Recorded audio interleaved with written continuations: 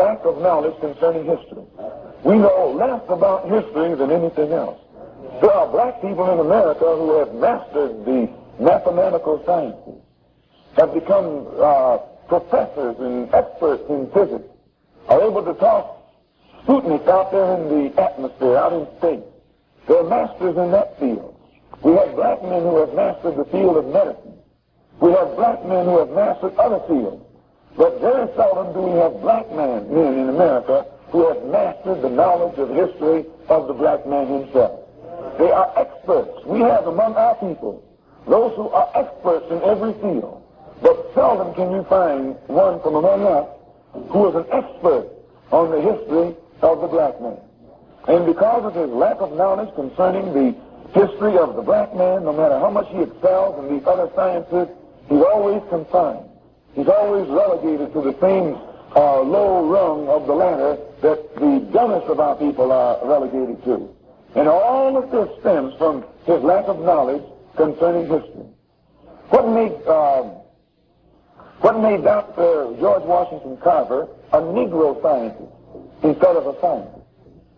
What made Paul Robeson a Negro actor instead of an actor? What made Ralph Bunche, or makes Ralph Bunche, a Negro statesman instead of a statesman? The only difference between Bunche and Carver and these others whom I just mentioned, they don't know the history of the black man. Bunche is an expert, an international politician, a politician on the international level. But Bunche doesn't know himself. He has no knowledge of the history of his own people.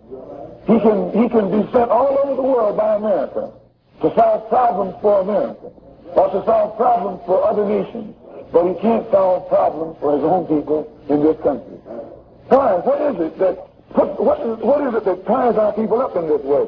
The Honorable Elijah Muhammad says it boils down to just one word: history. When you study the history of Bunche, his history is different from the history of the black man who just comes here from Africa. And if you notice, Bunche was in Atlanta, Georgia during the summer, NAACP convention. He was Jim Crow. He was segregated. He was not allowed to go in a hotel down there.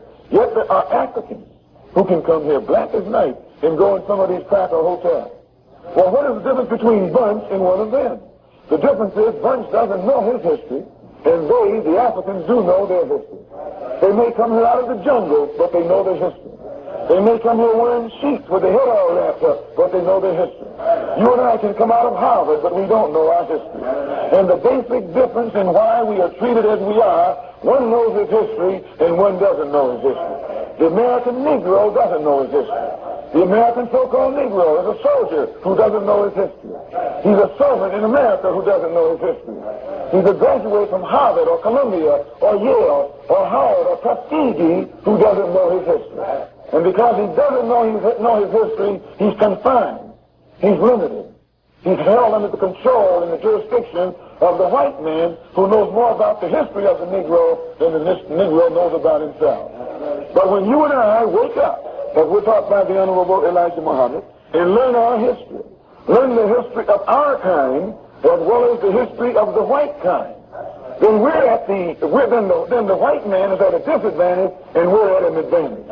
The only thing that puts you and me at a disadvantage is our lack of knowledge